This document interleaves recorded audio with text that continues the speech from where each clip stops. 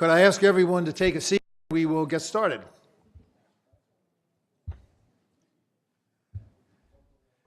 Let me welcome all of you this morning to the Peterson Institute for International Economics. I'm Fred Bergston, the founding director until 2012, and now a senior fellow and director emeritus. I'm delighted to welcome all of you today. The topic today is the lending programs of the development banks and more broadly development finance in a rapidly changed and changing world economy. I'm delighted to be able to introduce two of the greatest experts on that topic in Luis Alberto Moreno and Bertrand Bandre to speak from different perspectives, MDB perspective, private sector now development perspective, to talk about that issue. They'll each lead off with some remarks, and then we'll have discussion with the group. Our first speaker is Luis Alberto Moreno, an old personal friend who's now serving his third term as president of the Inter-American Development Bank, which, with all due respect to the World Bank, many experts think is the most effective of the development banks. I see Luis Alberto nodding vigorously. He agrees with that view, as do some other top experts in the field. Luis Alberto has achieved an enormous number of things during his tenure as head of the IDB. The large capital increase in 2010, which occurred in the wake of the global financial crisis and enabled the bank to contribute even more to the response to the crisis. He has established the first environmental safeguards unit in an MDB. He's put in place an operational program for gender equality and administered a record increase of women in leadership positions at the institution. They did a historical financial program for Haiti. So I think it's fair to say that Luis Alberto has had an enormously successful and hugely important period as head of the IDB, which has contributed hugely to development prospects and successes in the region. He was, prior to being head of the IDB, he was Colombia's ambassador to the United States for 7 years, which is back when I met him. He was very heavily involved in creating Plan Colombia, which now seems to be reaching final fruition. And, important to us in this building, he was one of the key architects of the free trade agreement between Colombia and the United States, which now looks like being one of the last set of U.S. FTAs for a while. They got in under the wire. And Luis Alberto had a lot to do with that. He had been Minister of Economic Development in Colombia before coming to Washington. He'd been executive producer of a leading TV news program in his country, for which Harvard awarded him a Nieman Fellowship, which he spent there. So Luis Alberto has had an enormously varied and distinguished career, and we look forward to hearing from him. Our second speaker is Bertrand Bandre. Bertrand is the founder of a brand new financial institution, BlueOrange Capital, which he will tell us about, which seeks to link his enormous background in development finance on the public side, but also the private side, to bring private capital to bear even more effectively, more extensively in support of development around the world. He had been managing director for finance and CFO at the World Bank up until early this year. Prior to that, he'd been CFO at both Société Générale and Crédit Agricole in Paris. He was a lieutenant of President Chirac's back in the early 2000s in preparing the G8 summit in Avion, being President Chirac's deputy personal representative for Africa. He had a number of years in the French Ministry of Finance as well, so he brings a mixture of private sector and public sector experience. Most important, he spent 6 months as a visiting fellow here at the Peterson Institute after leaving the World Bank before setting up his new institution that he will talk to us about. And he has just published a book which is out in French and will shortly be out in English, The translation in my English equivalent of it is money honey. That's not quite right because it's money oni, but I like to call that money honey, which those of you who have the same age I do will recognize as one of the great rock and roll hits of the 1950s, Money Honey. But the subtitle is What If Finance Could Save the World? So that will tell you what Bertrand is all about, and that's what he's going to talk about in his presentation this morning. So no further ado, Luis Alberto, it's great to host you. We look forward to hearing you from Bertrand. Then we'll take the stage for some discussion with the audience. Luis Alberto. Well, good morning, everybody. And first of all, let me especially thank Fred, who, as he said, we've been friends for a number of years. And Fred has always been a key defender of really a lot of the institutional framework that we know in international finance, and certainly a big defender of what multilateral institutions can do and the role they can play. So for that, really thank you very much, Fred, and for your friendship and for, of course, the great job you've done here at the Institute and always been a flagship of the good analytical work that is constantly done around not only the U.S. economy, but the global economy at large. Let me just pick up on a number. I mean, we could stay talking about everything about multilateral institutions, but I would like to, and this is a good provocation, and of course, a pleasure to be here with Bertrand as well, who provided a lot of intellectual leadership in how one can mobilize more resources across development institutions. But I will get into that a bit later. But certainly, perhaps the best place to begin is that last year, as we all know, we had both the Paris Climate Agreement and the SDGs. And I think this puts at the center the how to deliver on those two very big world ambitions. And certainly all multilateral development banks are the unique institutions to be able to help deliver precisely on those two very ambitious goals.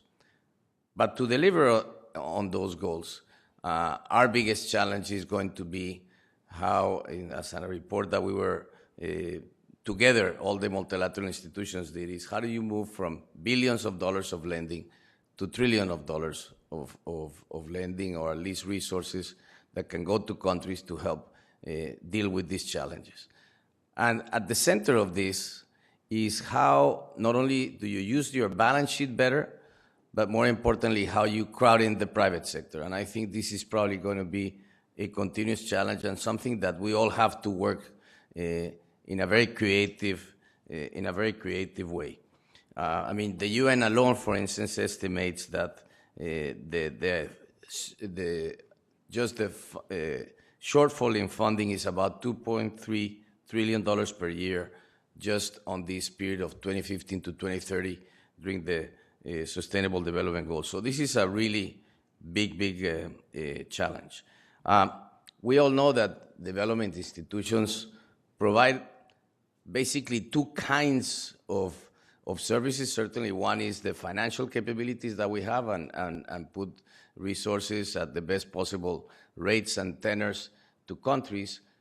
But the real value is really what we can do in terms of technical assistance, in policy advice, in capacity building that helps anything from a tax reform to spending regimes, to helping strengthen financial markets, to deepening financial inclusion, all of these challenges that are central to any developing country, and of course, to improve the investment climate. And this is really, in my view, the real value. How we deliver on that, I think, is a constant change that we need to address. As I like to think about it, when you have a matrix system like most financial institutions do, you constantly have to be in a process of change, of really bringing down not only the efficiencies by doing zero-based budgeting, but also on how you work in the 21st century, and is largely around collaboration and how you use the tools of modern technology to do delivery of this. I often think back when you look at the history of development in Latin America, which of course is the region of the world I occupy all my time on, is that we really missed the Industrial Revolution. And we came late into the Industrial Revolution. And I think, to me, the biggest challenge today is how we do not miss the technological revolution. But to do that, I think as an institution, we have to be very much ready to understand these changes and understand them internally first if we are able to talk about this with the rest of the countries in terms of our regular work. And this is something hard for traditional economists to look at, but we've begun to do some very innovative things. For instance, in Brazil, there's three countries that have federal systems like the United States in Latin America, which are Argentina, Brazil, and Mexico. But in Brazil, for instance, in terms of tax collection and a lot of leakages that exist from state to state, by doing not only electronic invoicing, which is something that, in countries where there's a lot of cash economy, is a great way to capture rents, but also in understanding how trucks and credit card transactions are done, is a way to begin to capture a lot of rents that otherwise states were losing. And it's been so successful that I remember recently talking to a state that is in a lot of trouble, which is Rio, that they needed the machines to be able to do in the border between Sao Paulo and Rio, the reading of the actual merchandise that was moving from one state to the next. These are the kinds of innovative things that one can use, big data and technology to be able to apply to really a lot of reforms inside governments and to strengthen institutions. The other part is that I like to mention is how do you optimize your balance sheet? And there definitely was a big statement on this around the G20, around capital efficiency. I think this is a very important issue that the Canadians took on, and I think most G20 countries followed, which basically led to something that Bertrand worked when he was there and was very helpful, to have exposure exchanges, because for regional banks, we will always have a concentration risk, and the way that rating agencies look at us, in essence, are punishing us for the concentration risk in terms of how we deploy our capital. And therefore, if we were able to have these exchanges of exposure, which in essence help us do exchanges with the World Bank and the Africa Development Bank, we basically brought the risk, and that gave us more points of RAC. And that was simply by doing these exchanges, something that Bertrand helped us put together.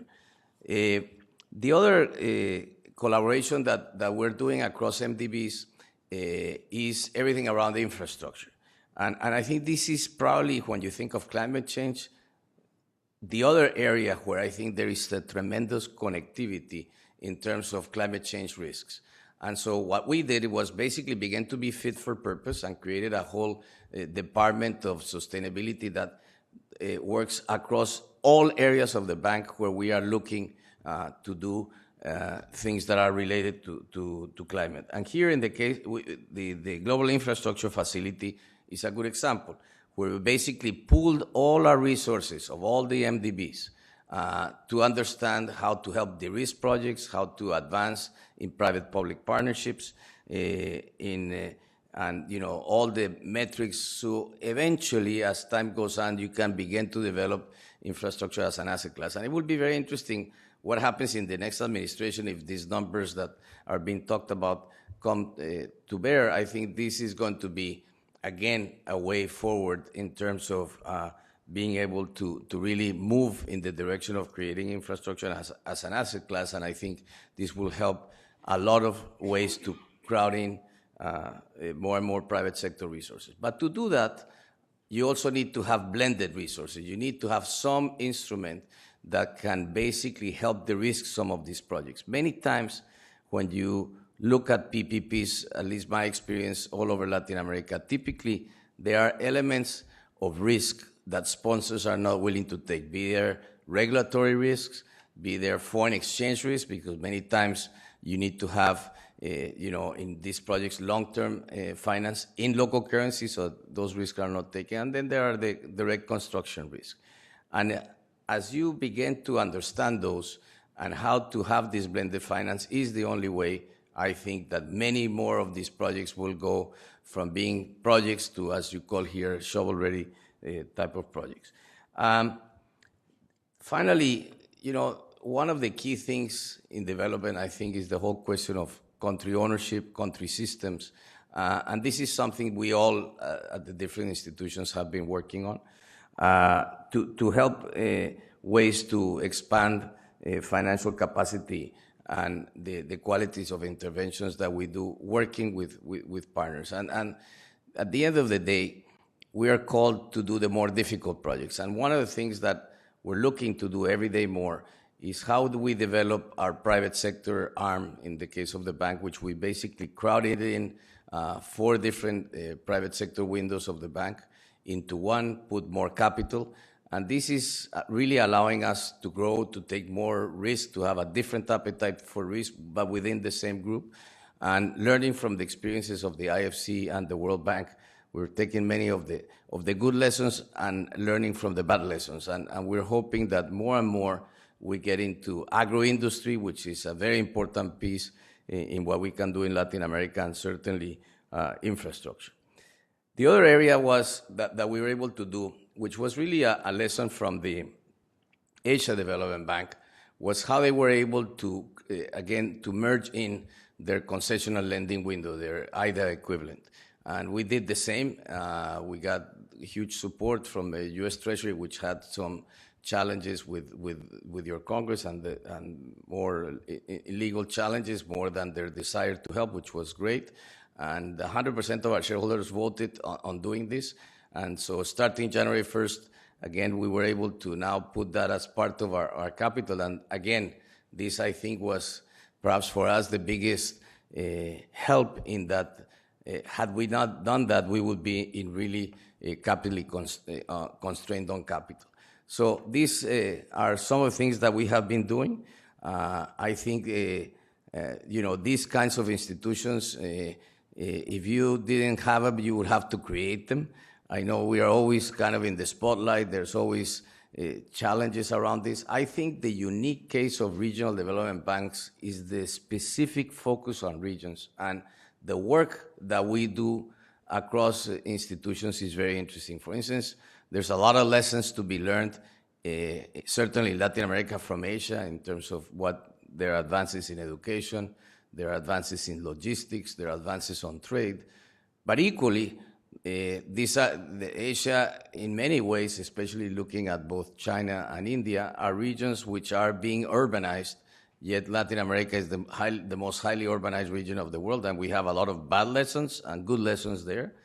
At the same time, the social safety nets that have been created in Latin America, the so-called conditional cash transfers, that was really an innovation that we started at the IDB, and that is today in over 20 countries in the region. So there's a lot of cross-fertilization that can come across regions, and therefore that, coupled with the fact that we have a unique thing at the IDB whereby the borrowers have over 50% of the shares, and that makes them feel the ownership of the bank in a very big way. It's, of course, always a tension, but I think it's a good tension, because at the end, as I see it, at the IDB is the only place and the only institution where you have 48 countries around the world, the key developed countries in the world, of course the United States included, and Latin Americans, where there's an ample discussion about economics and about economic challenges in our region. So with that, I would like just to stop there and again thank Fred for this invitation, and more importantly for the focus always on development institutions. As we enter this new administration, we will need a lot of this discussion, but especially Fred, who's always been a friend, to help us navigate the new waters. Thank you very much.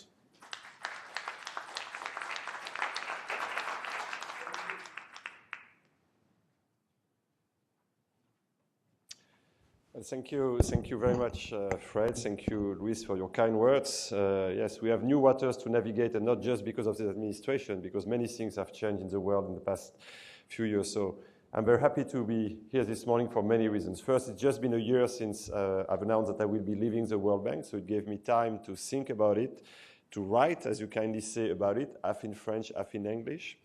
And also to combine this experience at the World Bank with my past experience as CFO of two what are now called global CFIs. Those are large banks which are supposed to threaten the world in a systemic manner. And also, as I was a partner at Lazard before, so I've seen the city in London in 2000 and Wall Street at the moment of the bubble. So I've tried to combine all of this in my thinking, and I came to the conclusion that, in particular, when we discuss development issues, as Luis rightly said, we need new tools and new approaches, and we need really to think sometimes out of the box, to break the silos and really to try and test new ideas.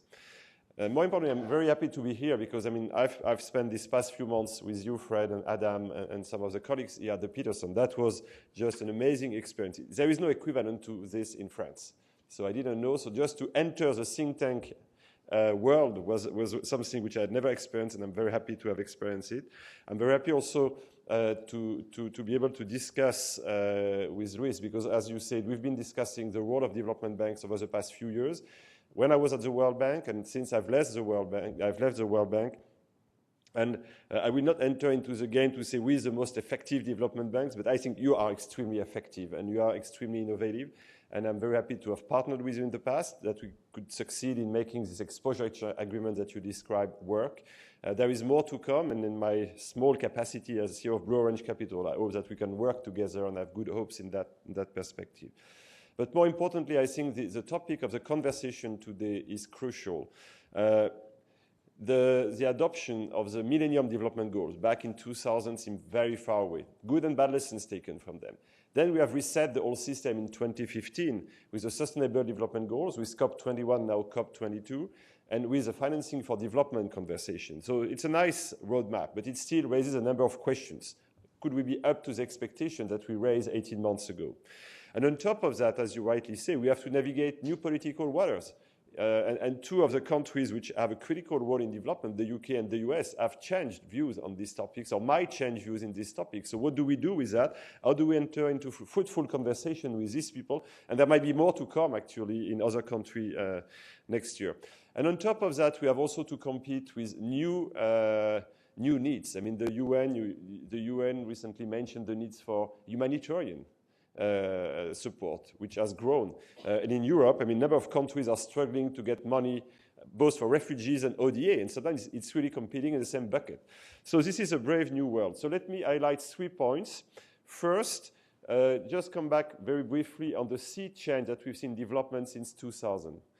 Second, discuss the 2015 agenda and how we can move it forward. And third, what is the role today that can be expected from development banks? And I agree with Luis' conclusion, and I could stop here actually. If they did not exist, we should invent them. But we have our duties to make the best out of the tools that have been given to us because they are extremely necessary. So first, sea change since year 2000. So that's when I kind of fall in the water of development with Michel Consu at that time. So year 2000, this is a Millennium Summit, the adoption of the Millennium Development Goals. I mean, that was the first ever when basically all people agreed to a set of objectives. It was not a human rights declaration or whatever. It was an objective, the first time that everybody agreed we should get there. So that was great. On top of that, at that time, we were still in the so-called Great Moderation. So everybody was pretty excited about everything coming together. And so we had a bright future ahead of it. That was also the good time. And I mean, that's how I started as a banker, of the new economy. So everything was new, everything was exciting. And it seemed pretty good. But of course, as we all know, the movie was not exactly according to the previews that we had in 2000. Of course, we had the rise of the large emerging markets. I mean, the BRICS, the word was coined in 2001. That's a big change, including from a political perspective. And there's, struggles in all institutions. How does multilateralism work in this new world? And that's exactly the same as 1944, 1945. The second thing which Luis highlighted is the role of the private sector. When you look back at what was discussed in 2000, it was mostly about public money, public actors, etc. Monterey and cooperation and partnership came a little bit later. But at that time, it was really about rising ODA, more public money for the South. That was really the name of the game. And as we have seen over the past 15 years, I mean, private flows have totally outpaced public flows. That's the first point. So you have more private money moving in both directions, actually, north to south, south to north, and south to south, actually. And the second thing is also more and more people realize that, I mean, development is related to the development of private jobs. You will not develop countries by creating civil servants. So again, it seems obvious today. It was not totally obvious 15, 20 years ago. So the role of the private sector is critical, but since there is still this issue that public and private are still seen as sometimes complementary and sometimes opposed. And the public-private cooperation, I come back to that, is a difficult thing. And people suspect each other. To make it simple, the private sector think that the public sector is slow, bureaucratic, lack innovation, and sometimes is corrupt. And the public people think that the private sector, they basically want the reward without taking the risk. I'm very simplistic, but if you poll people in many countries, including my country in France, you will have that type of answer. So we have to work on that because public-private cooperation should be the name of the game going forward. On top of that, one of the other changes since 2000, of course, is the emergence of new global issues. I mean, you mentioned climate, but the refugees and others are still there. And of course, as you also said, the digitalization of the world. Technology is changing everything. Who could have imagined in 2000 that you could have the mobile banking developed in Africa the way it's been developed in the last 15 years? That's something very new, and we cannot apply development policy today the way you did 20 years ago. Agriculture today is not the same as 20 years ago, I mean, in particular in Latin America, but it's same for banking, it's same for energy, for health, education, etc. And of course, a major change since 2000 was the global financial crisis. So it's not the point. It's been debated many, many times in this very same room by many people. Let me just highlight a few of the consequences which might have an impact on development and development banks. First, I think we have lost some trust in system. Again, what happened in 2007, 8, 9 has had a very big impact on the trust people had in market economy, in the trust people had in democratic functioning of our societies. And I think we have to regain that trust. And from that perspective, development banks can be an actor to restore trust between the various components of this system. So I think it's very important to not ignore that, not just for the electoral consequences that we've seen in different countries, but also for our job. Second, the impact on regulation. Again, I've been the CFO of 2 large banks. I've seen the impact of the new regulation, but also not only regulation, but market expectations. What do shareholders expect from the banks they are invested in? This has changed dramatically the way, in particular, banks operate, but also insurance company, asset manager, etc. So I think there is a shift, actually, which has happened, which I've seen, I mean, firsthand. Prior to the crisis, the banks were really the center of the financial world. I think we're moving to a world now where institutional investors are more and more critical compared to banks. I mean, we'll see what this administration will do with Dodd-Frank. That might change again. But as of today, I mean, most banks are incapable of reaching decent ROE. Most banks are incapable of growing their balance sheet because it's just too costly. So banks are moving away from long-term. They are moving away from exotic risk. They are moving away from everything which they were doing before. So people expect the institutional investors to step in and do that, but they are not prepared yet. So how can we help this shift in the system not to be detrimental to development? That, I think, something which is absolutely critical. And in a context where, as I said, the system has been hit particularly, and there are still pending questions on banks. How can they be profitable? They still don't know. They are struggling, and we had some conversation at the Peterson about that. Institutional investors are at a loss. Even if you have a peak in interest rates today, and people are debating whether it's kind of the end of the bull market and the bear market. Nobody knows. Actually, it's being debated, but institutional investors are struggling for their business model. How do you pay pension in a zero-rate environment? And I had a conversation with one of the largest, if not the largest, European insurance companies this week, and they say it's not just an asset problem, it's also a liability problem. How do you value the damages? Which type of discount rate you use in a zero-rate environment, and so on and so forth. So they are struggling in this world, which is, I mean, a brand new world for them. And of course, we have the question of multilateralism, which is critical for the future of development banks. If every country thinks my country first, my country in order, myself, I mean, what do you do with all these tools which are so precious? So everybody's under pressure and everybody's struggling to say, okay, what do we do after the global financial crisis? So I do believe that we need a reset, that for the time being we have patched up the system in a way that we have, through regulation, a number of changes. We are still alive, and that's good. And the system is working, which is good, but we need to think the next step. And I think this is really what is important these days, and that's why precisely Peterson and others are critical in thinking the new system that is still, that we still see to emerge in the coming years. So to a certain extent, one could argue that part of the answer to this reset was provided in 2015. So 2015, we had the Conference on Financing for Development, the adoption of the billions to trillions approach, which basically say public money is scarce, it's in the billions, and the needs are in the trillions. How do we get there? Part by increasing taxation in each developing economy, and part by combining public and private money. That's okay on paper, but it requires a lot of efforts to get there. But so we agreed to that. Now the point is, can we deliver on that?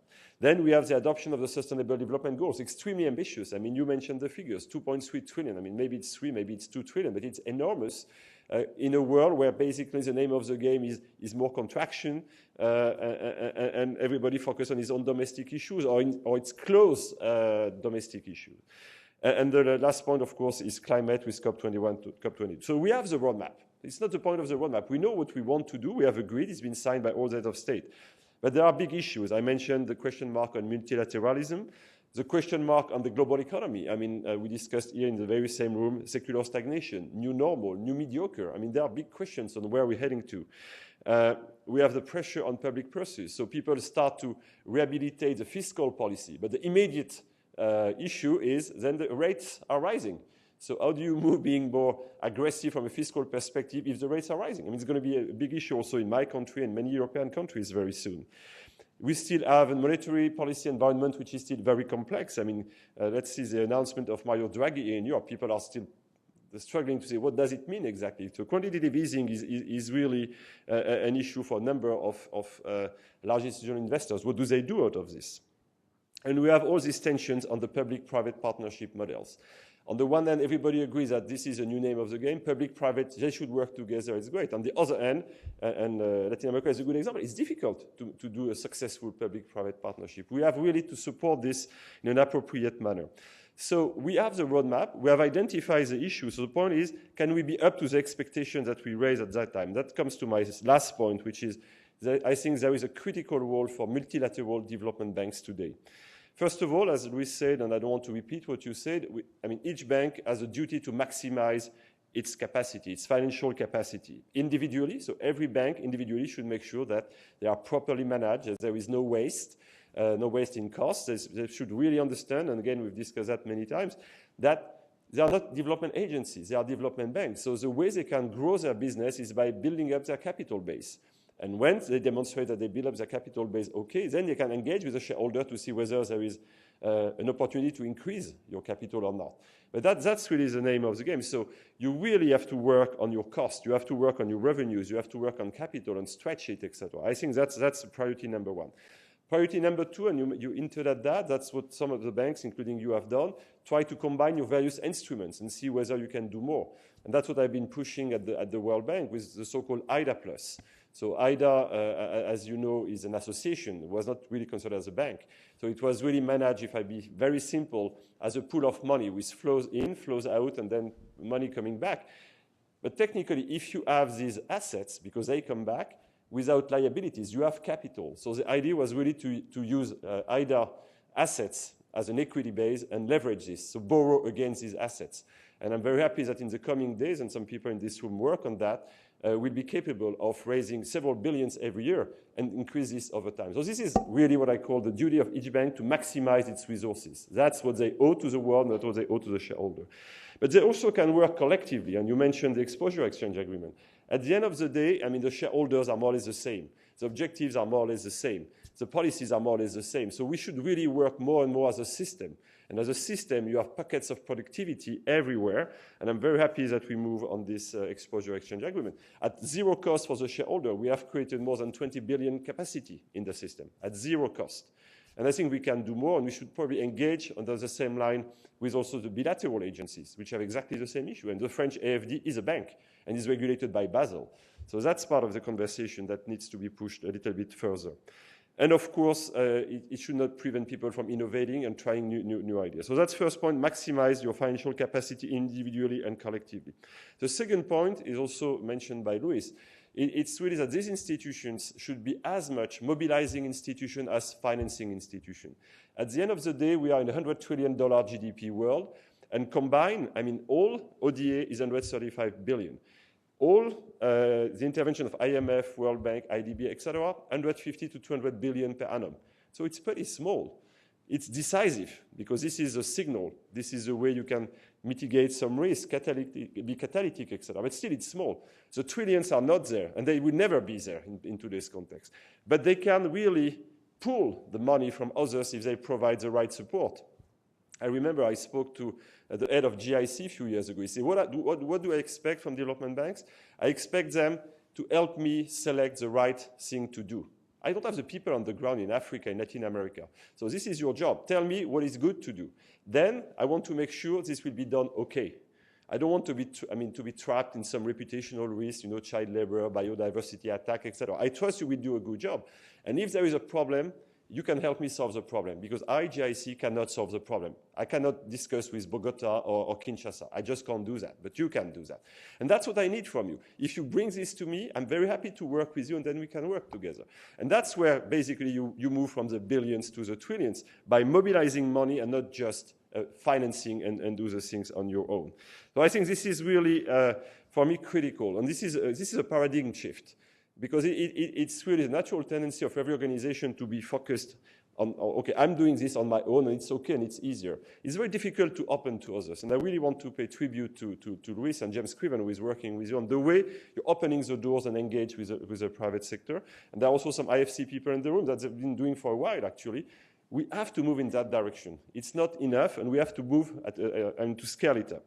So that's my second point. The third point is really, as I said, engage with the private sector and recognize that it's not easy. Don't fudge the issue.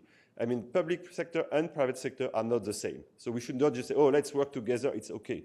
We have to define rules. I mean, how do you manage conflicts of interest? How do you manage a suspicion I mentioned, etc.? I think this is important. Fourth point, you really have to be innovative. You have to take on board technology. I think you mentioned it, it's critical. But you have to really embrace, I mean, the green bond is a very good example. I mean, green bond was around $0 for 5-6 years, and now it's a $100 billion market. It was supported by the World Bank initially and by other development institutions. We have to work more on the impact bond, and the social impact bond world, which I think is another innovation. We have to use more insurance. Insurance is totally underutilized in the development world. I mean, most of the issue with development is the recurrence of shock, economic shocks, climate shocks, pandemic shocks, etc. Insurance is the right tool. Again, we discussed that in the very same room, I think, with Larry Summers a few months ago. And fifth point, I think the development banks have a particular role in leading the discussion on the financing of public goods and the fighting against public bads. I think this is really the place where, using their convening powers, they can really make a difference and bring people around the table and find new ways to address it. And I think COP21, from that perspective, was an extremely interesting experience, where it was a combination of the efforts of, I would say, the Gates and Zuckerberg of this world on the corporate world, the investors' world, the development banks, the diplomacy, etc. This is really a new type of agreement, and I hope it's just not one of its kind, but there will be more to come. So in conclusion, I think development banks should first be banks. They have a balance sheet. This is a balance sheet of the world. This is a balance sheet that you can use. It's flexible. You can engage in partnership. You can build for the futures. You have access to markets. You have access to reinsurance, etc. So we have to use this. We have to be the toolbox of an inclusive globalization, which is desperately needed today. And the third point I will insist on, there shouldn't be any competition between development banks. They should work together as a system. And the World Bank has its role as being global. And as you rightly said, you need regional institutions. And this is a combination of both which makes a difference. Why compete? I don't think it makes any sense. And we have really to fight against this. So I would say this is really where I'm coming from. So last commercial page, that's why I'm creating BlueOrange Capital. So BlueOrange vision is really to engage with partners like IDB and others to see how we can bring money from the GIC of this world, which are a little bit nervous about engaging with institutions they don't know well, and want people which can speak both languages, and they're ready to mobilize money. Because at the end of the day, if you're a life insurer in Europe today, your alternative is to buy zero-rate German bonds or Swiss bond or Dutch bond or French bond or very little rate, which is of no interest for the issuer, because with free money they are not incentivized to do the reform. No interest for their clients, because they cannot pay the pension and the insurance premium.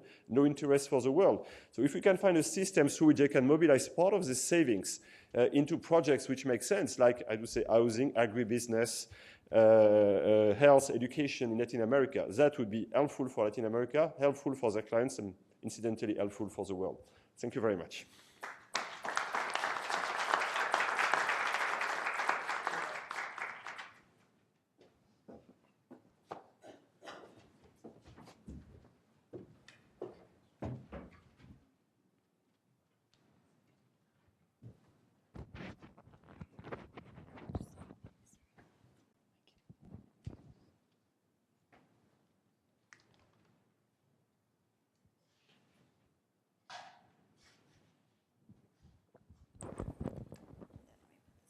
Well, thanks very much to both of you for putting an enormous range of very important issues on the table. I would just ask one question and then open it up to the group. You both focus on billions to trillions and rightly say that the great bulk of that's going to have to be private sector, and therefore the development banks will have to play this catalytic role in addition to its direct lending role. But you also both hinted, and I think Bertrand even said, that the actual programs of the development banks will themselves probably have to grow some as well. So if we look out to 2030, target date, sustainable development goals, what would you envisage as, in broad terms, the magnitudes of your own institution relative to where it is now? Is it going to double again? Is it going to remain? What's it going to be? And Bertrand's comment about the World Bank, but also the whole network of development banks as you see it. And in turn, if you're going up, as I suspect you are, what will be the sources of that capital? Will it be, to what extent will it be the traditional recapitalizations by the member states, and to what extent will it be other and new and innovative devices? Well, this is a very good question, and of course, I think eventually all institutions, especially as you look out to 2030, I would say for us at least, in the next 2 or 3 years, we're going to have to get to a place where we are able to solve precisely that issue. Now, as always, and what I learned of this is the more you plan it, the better, and the more you make your shareholders aware that this is coming, the easier it is to get there. How is it done? Well, we went through, in the midst of the crisis, and I think this was thanks in part to the G20, because the first G20 meeting actually asked all of the development institutions to at least review their capital base to see if we were ready to support countries during the crisis. And that led, within the next, I would say, 18 to 24 months, about all of the banks had, in essence, increased their capital base. Now, we then, as we did our crowding in of our private sector windows, there were some shareholders that were not ready to put money, and others that were ready to do it. And largely, of course, the lending countries or the borrowing countries are always interested in the institution becoming bigger. And what we did was a selective capital increase that we accommodated as best as we could our existing shareholders by doing income transfers from the bank into this IFC equivalent, and then fresh capital coming largely from our borrowers and some countries like China and Korea and Spain, which basically increased their shareholding. And that kind of worked. That's a way forward. But at the end of the day, you have to have a minimum consensus across your shareholding base to be able to accompany such an effort. And you got to earn it. And to earn it, You got to demonstrate that you're being every day more efficient, that you're looking at, at your bottom line, that you're making the best use of the resources. And it's not only what Bertrand was talking about, the efficiencies of the balance sheet, but how you think and how you're organized, especially what we're doing both on the public and in the private side, where you are measuring in every project that you're doing how you are bringing along other co-financing partners and other private sector partners, if it's the case in the private sector. And I think we should, over time, be able to actually demonstrate not only that, but for those projects where you're doing exactly that multiplication is critical. Now, that becomes very difficult in the more vulnerable countries. And those are the countries that need more help from you. So that's where I think the biggest trick is where we're at. Yeah, and I think Luis said it all. The difficulty is that you have a combination of a technical approach, which is basically, as you say, do your homework. Make sure that you can demonstrate that you've done your job properly, that you've pushed the limits, that you've engaged where you are most needed, etc. And then, of course, comes a political discussion, which sometimes does not 100% rely on the technical approach. And that's where I think it's very important that this is properly handled in the coming years with this new administration, with the UK, with the new European countries, and also with the new people emerging. I mean, what is the role that China wants to have? Now they've created AIIB, you have the BRICS banks. What does it mean in their engagement with IDB, with the World Bank and others? So we really have to work on that and make sure that we did not dissipate the benefit of what has been created initially in the spirit of 1944, 1945, and then extended to other institutions. That's, for me, why it's so critical today to demonstrate that these institutions are needed, they do a good job, and they can do even more by, as you rightly said, engage on the tough situation and also being capable of bringing outsiders into the system. Let me just ask one more question and then open it up, because I'd like to elaborate a little bit on one thing you just said quickly. One way, of course, to increase the contribution of the development banks to global finance is to create new development banks. And you mentioned two that have just been created, the BRICS Bank and the AIIB. Do you see them as making big additional contributions? Do they bring new donors into the picture in an important way? Is that a quantum change in the structure of global finance? And will it make a big difference, both in terms of what resources it brings, but also the challenges and hopefully innovation it brings to the existing institutions? Luis? Well, clearly, at least until now, both the New Development Bank, or so-called BRICS Bank, and the AIIB are largely relying, from what I can see for the most part, on the pipeline and the projects that are being brought to them both by the World Bank and the Asia Development Bank. In the case of the BRICS Bank, we've kind of looked at a couple of projects, but they're largely going to be done in Brazil, because so far they're concentrated across their shareholding. The other thing that I thought they were going to do, which I have not seen yet, and it's probably because the way rating agencies are looking at risk in our institutions, is that they could perhaps be more innovative in their financial instruments. But much to my surprise, at least so far, I have not seen that.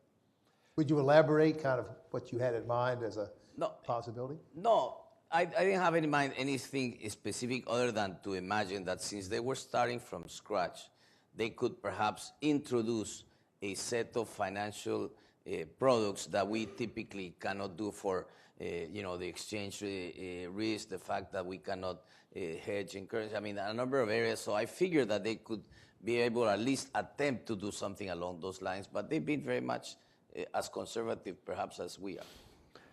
Well, if I may just nuance a little. First of all, I was an early supporter of the creation of new banks. First of all, because I think competition is healthy and it's good, and I'm still expecting innovation and pressure on the system, so I think it's good per se. But again, if we put things in perspective, the capacity of these two banks will be 10 plus billion per annum in the steady state.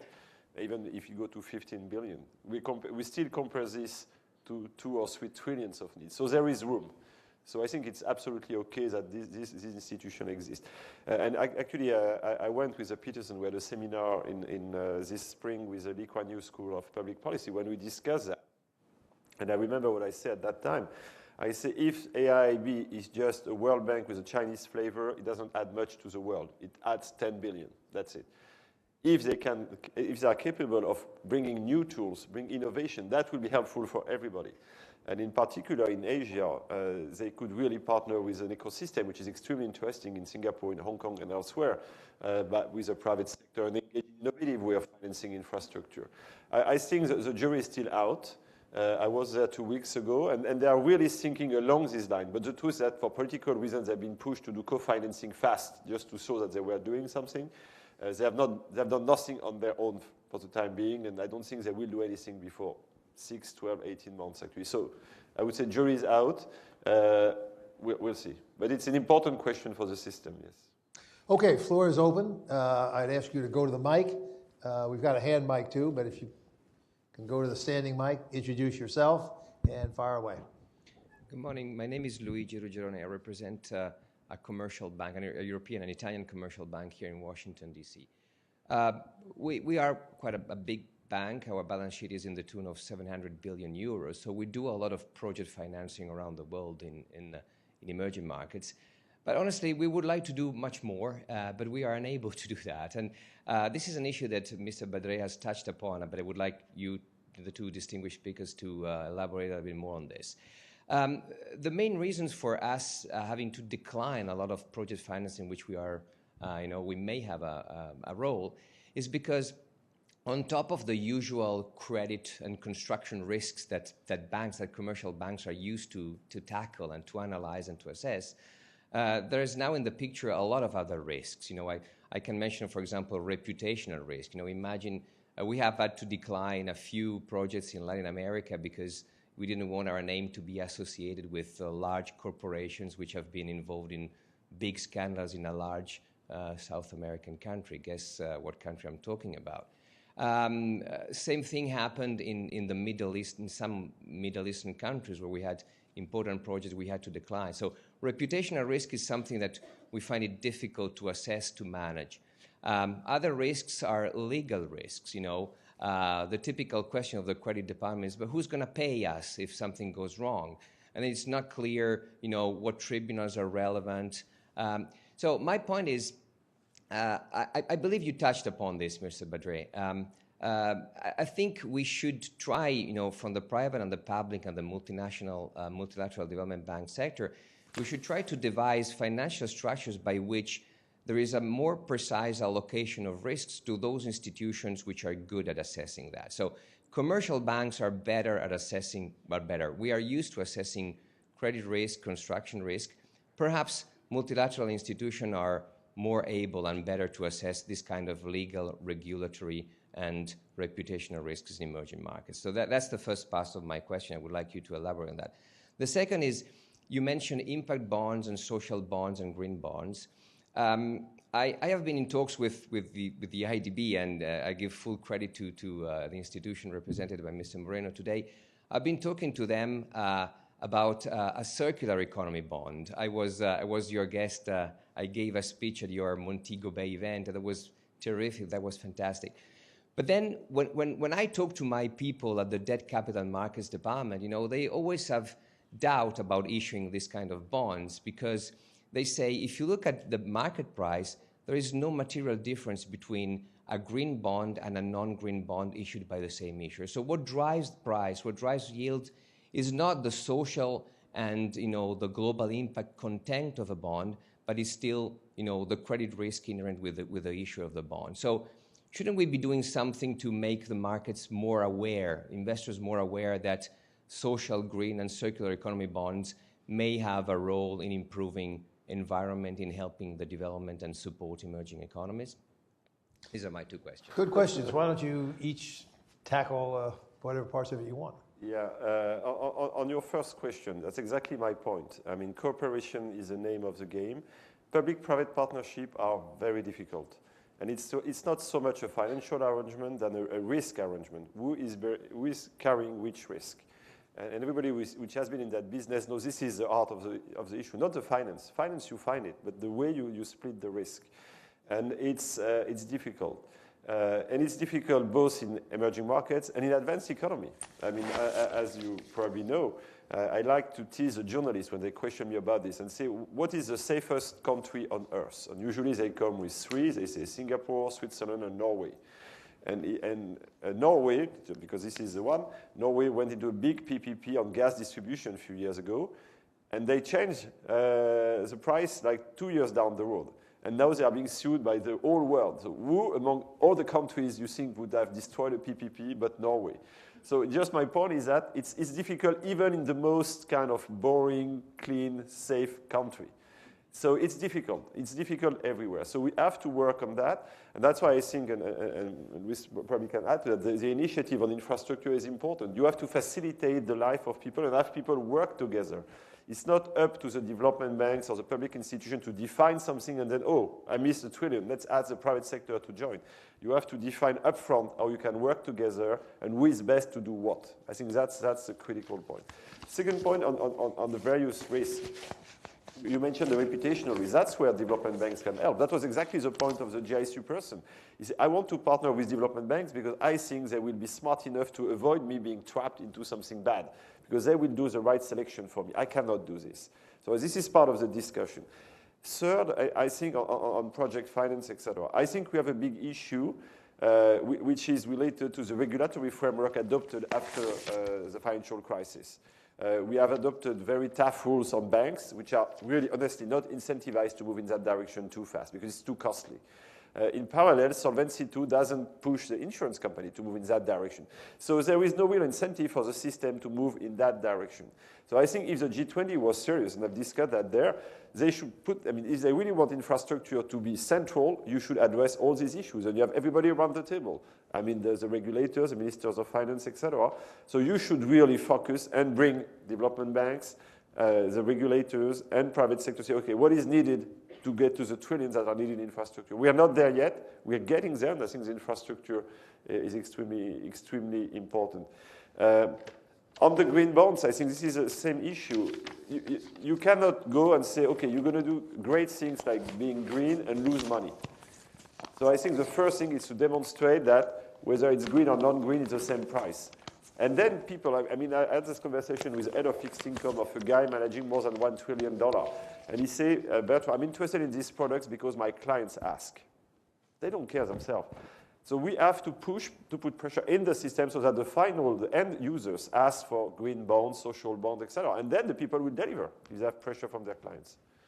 Luis? Yeah. Yeah, real quick. I mean, as you know, we have this structure, the AB loan type of structure, where we basically extend our preferred creditor status. We manage, if you're co-financing with us, we do the management of the loan. We supervise the loan, not only for the time that is being disbursed, but rather for the life of the loan, to make sure that we can measure the impact that we started at the beginning to kind of be the baseline and the metrics that we want to in terms of outcomes.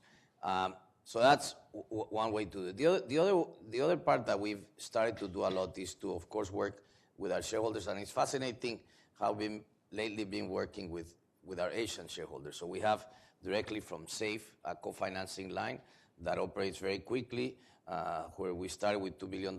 We are now hopefully increasing it and working with the Silk Road and with the Clay Fund. It's different kinds of facilities that China has created to finance into Latin America, and it's great that their shareholding grew at our private sector window, because that will get them more appetite to do more things with us. And the way this works is they basically have like 2 weeks before we go to our board, and they say go, no go. But we do the management, we do everything, and one is out of their own safe, which is, as you know, the reserves of the Chinese government. And equally, we're doing the same with Japan. Now they have a whole initiative that Prime Minister Abe launched, which is about smart infrastructure, where you have a pool of resources that goes to project preparation. And again, we set up with them about a $3 billion line to do co-financings. With Korea, we're doing the same. We're trying now to raise equity to be able to blend into this type of transactions. European banks, unfortunately, now talking Latin America, because of their Basel requirements, even on trade finance, they pull back a bit. And trade finance is the less risky, it's a self-liquidating transaction. But even there, I've seen European banks go back. But if you're having any problems with the IDB, let me know at the end, and we'll work hard. All right, we've got 3 questions lined up. Let's take all 3. One more over here. So let's take those 4 questions, and then we can answer them together. I'm Barry Wood. I would think that the greatest need in the region for where the IDB could really make a difference is Cuba. Are there any discussions about Cuba joining the bank? What are the obstacles for them doing so? And what would you identify as the greatest contribution that you might make in Cuba, or the needs of Cuba? Monica? So I have 2 questions, one for each. So Monica DeBolle here from the Peterson Institute. One is to Bertrand, and it's a question about, you spoke of the difficulties with PPPs, which are, of course, very, very true. But there is one experience in Colombia that appears to be very successful, the experience with the Financiera de Desarrollo Nacional, the FDN. So I wonder if you could comment on that. And for President Moreno, the question is, you spoke of not missing the technological revolution in Latin America. So my question to you is, on fintech, what is the IDB's position on fintech and what's being done, and what could you possibly share with us about that? Thank you. Hi, I'm Gretchen Beery with U.S. Treasury Department. So I have a question on supply and demand. So obviously, financing is fundamental to achieving the very ambitious development goals, but a key part of that, as President Moreno has said, is country ownership. What role can the MDBs play to help countries, I think differently and more comprehensively about these development goals and these agendas beyond what can often just be a project-by-project approach and requests of the MDBs, so helping governments, I think, sort of lift up and think more strategically. Thank you. Okay, Luis, why don't you start out? Well, I'm sorry, one more question. Sorry. My name is Bertrand Renaud from the former World Bank staff 10 years ago. I was fascinated during the creation of the Asian Infrastructure Bank by the focus on a very different governance structure. Do you have a belief that this model that is emerging will be much more adequate to encourage innovation and flexibility, and also to remove, to a certain extent, the short-term interferences, political interferences in the operations of the institution? So in one line, do you think that model of governance is better than what was the case for the earlier MDBs? Do you mean primarily not having a resident board? Exactly, yeah. That interferes with the quality of the investment process, the internal management of the institution. Does that structure make a difference in terms of the ability of innovating in the spirit of your discussion today? Okay, Luis, you can answer all those. Look, on Cuba, and I see Alexia's here, and, I think one of the greatest things that President Obama did was to break this history of a Cold War with Cuba and having the kind of relationship the United States today has with Cuba. But we still have the Helms-Burton Law, and it's very explicit in that it mandates the U.S. government not to engage with Cuba. So until that is removed, and that's a congressional decision, I don't see how we can do things. I would love to be able to do things in Cuba. I think the needs in Cuba are gigantic. Think for a minute just the need of having statistics, something as basic as statistics to, across any country, which are fundamental for development, for creation of institutions. There's many, many needs in Cuba that require a development bank, whatever that development bank is, to be doing the work. The only ones doing somewhat, kind of supporting Cuba are ECLAC, which is the Economic Commission for Latin America, and they're starting to do things. CAF, which is a regional development bank, is starting to do things, but everybody's been very timid so far on the Cuba question. On Monica's question on fintech, probably the country today in Latin America that has the largest amount of innovation in the technological space is probably today Brazil. We follow very closely all of the new ideas that are being developed in fintech. Fundamentally, those that are looking in areas of microfinance, in areas of remittances, for instance. How do you simply move from cash-to-cash transactions into actually developing financial products on both sides from where that transaction is being made?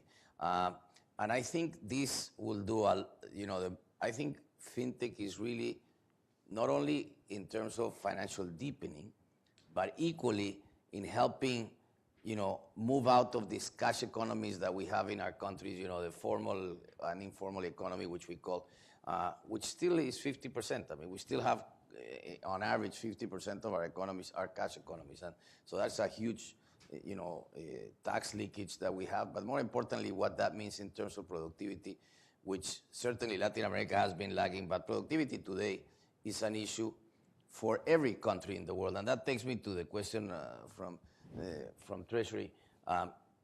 In terms of how governments can become more strategic, certainly the fundamental problem is how do you do structural reforms? And we spent a lot of time in thinking the sequencing of structural reforms, and they're not going to be equal from country to country. So what we began to do is develop a set of indicators, our research department, whereby we can, on the one hand, look at a structural reform that is done, what impact it has, because political capital is short, as we know.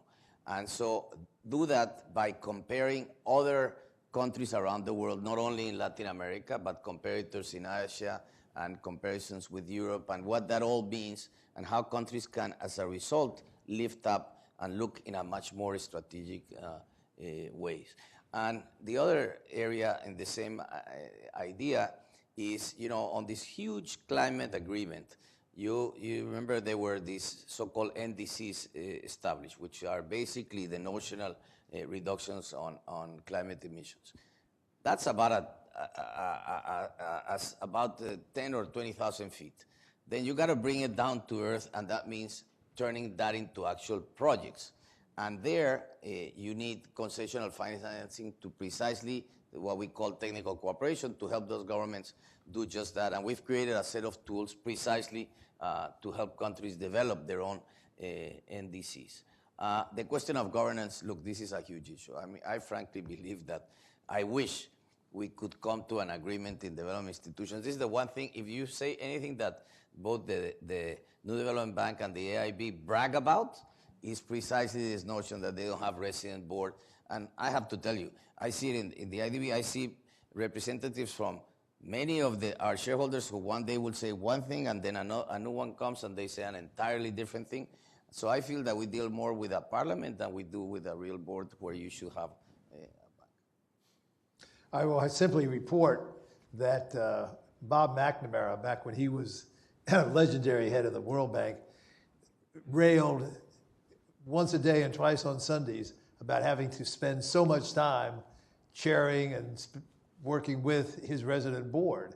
And I'm sure if he could have done a single reform at the World Bank, he would have gotten rid of it. So for whatever that endorsement is worth, you can add it to the list. And excuse me on that, Bob Selig did a report that Ernesto Cedillo led, as you recall, which basically talked precisely about this issue. I was with our whole team. I mean, the apparatus that we all have to deal with the board, not to mention the staff time that is consumed. Yesterday I was with all our secretariat. They did 200 meetings this year, the board, 200 meetings. Think of the staff time and the preparation and the paper machine that is behind putting those meetings together. And compare it with private sector boards, Exactly. obviously. Exactly. Bertrand, you get the last word. Yeah, no, on the body, there's also a financial cost. I've tried to address this, but it's even worse than addressing the political issue. Yeah. But it's a lot of money, actually. On your question, Monica, it's exactly the point. I think Colombia is a very good example of the good things that can be done. And I think it's important. I think PPP is a good thing. Don't misread what I say. It is something that you have to push, but don't push it at all costs. You really have to prepare a real system. So you have to train the people. You have to have a good set of civil servants, which basically can negotiate with the private sector the right things, can engage with the development bank, can be trained with development banks, etc.